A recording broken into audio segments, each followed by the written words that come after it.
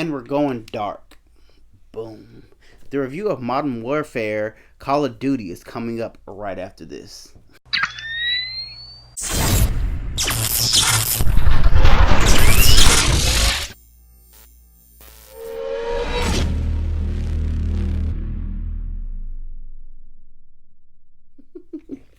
Now, I told you guys that I would be reviewing it once that I'm going to take this off, put my hat on. I told you I will be reviewing this once I finish the campaign mode. I told you I wasn't an online player as much, so I actually finished it a while ago. As you guys know, the Modern Duty, the Call of Duty's campaign modes are very short. Like, it's only 5 hours, so it didn't take long to finish.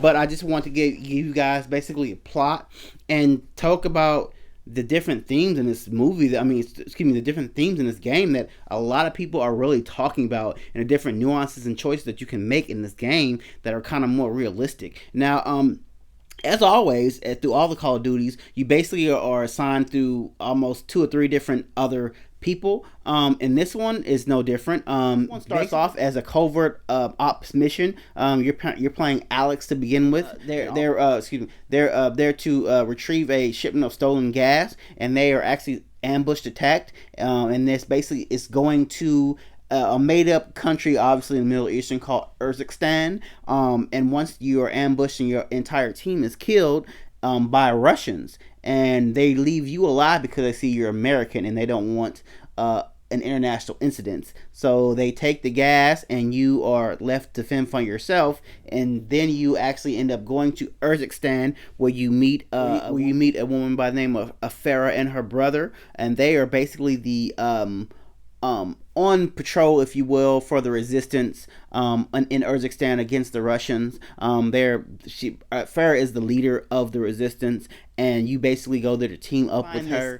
Gas that was stolen from their clutches in order to, I guess, almost wreak havoc in Urzikstan, if you will. So the Americans want the gas back, and Farah doesn't want it to be released onto her people anymore. So, and also, you're also and then also, like I said, you all know they go through a couple of different people. So you also go to London, Sergeant Kyle Granick, and he's basically helped with, of course, as we know, as our favorite Call of Duty guy who's been in it since one, Captain Pierce.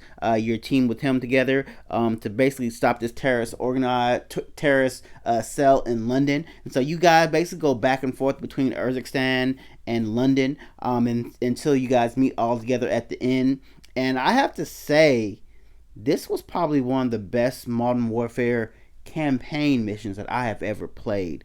The realism that in this game was incredible, because the thing that I liked about this, not only, of course, as I said previously, like in my review of once I unboxed this, that the thing that I love the most about Modern Warfare is their willingness. Not only are the graphics amazing, but the storyline to this is always kind of realistic, and this one was more true to life than anything that I ever seen, because it gives you it gives you that feeling of both sides. I'm gonna talk more a little about that, but some of the realization like in this game is ridiculous, because you have scenes in this game where you basically are going inside the terrorist network cell, like inside a house, and it's like women with guns, and they have their babies, and you can kill them or kind of spare them or try to take them down without killing them, and they'll give you the option, like you can kill the child, and they'll say, you can't do that, or it's just like so realistic, like the options and the torture that you also go through in some of these instances. Like as Farah, that's the thing that I loved about this, is from most Modern Warfare, you're always as the good guy, you're always an American, but this one they changed it up with going with Farah, who was, like I said, the Urzikstan's resistance leader. You basically got to see a lot of her childhood and the things that she had to do as a child, like, and how basically they put you in the mindset of what children in riddled war zones have to go through. It was scenes in there where a guy, you have to kill an officer, because he was basically busting your house and almost wanted to kill you and your father. So you had to basically hide out, stab him, keep going back and forth trying to kill him and hiding him at the same time. You had to basically escape the war zone, which is filled with gas, and you have to and this is as a child.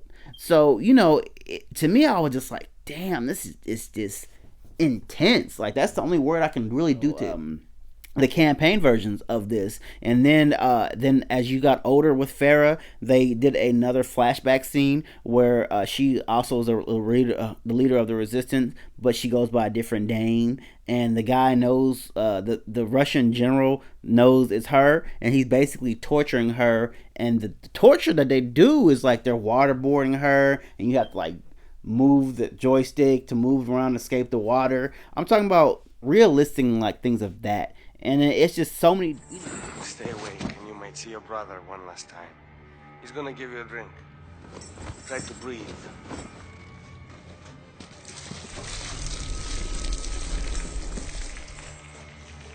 Breathe, Farah. You can do it. That's it.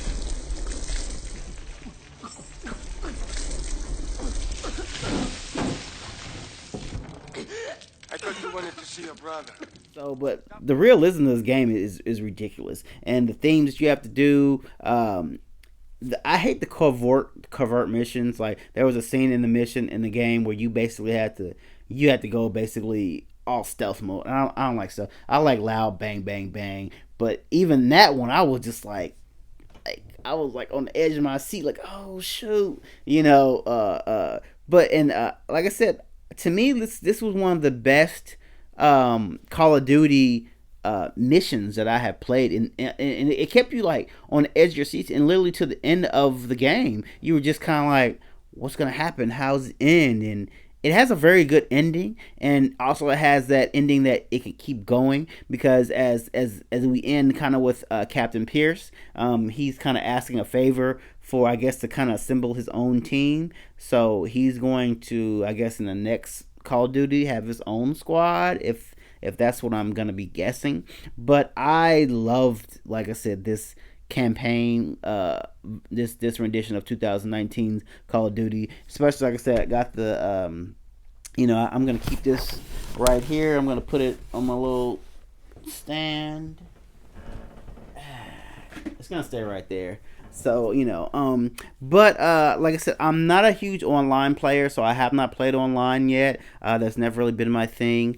I know a lot of people say I'm lame. My boys have been trying to get me to play online, so I'm really teetering to go play this online. But as always, guys, I want you guys to drop me some comments. Tell me what you guys think about this new Call of Duty. Have you played it yet? Have you played the campaign mode? If you have, let me know. I mean, of course, I know the multiplayer and the online versions a lot of other people play for, but I'm just talking to the people that have played the campaign mode. And if you've beaten it, like I said, it's only short, it's only like 5-6 hours. So like I said, drop me some comments, let me know what you guys thought about this Call of Duty in general. Like, it doesn't have to be just campaign mode, but what do you guys think about the game in general? Like I said, I loved this game. I love, even though I spent $200 on that, it was worth it. Even though the game was only like 5 hours, it was still worth it. I think I've been meaning to replay it again, because I'm probably gonna replay it because it was just such fun. So like I said, drop me some comments. Let me know what you guys thought about this game. And as always, Mr. Movie X kicks us out into the next video game movie review or some shoe reviews. I'll holler at you guys later.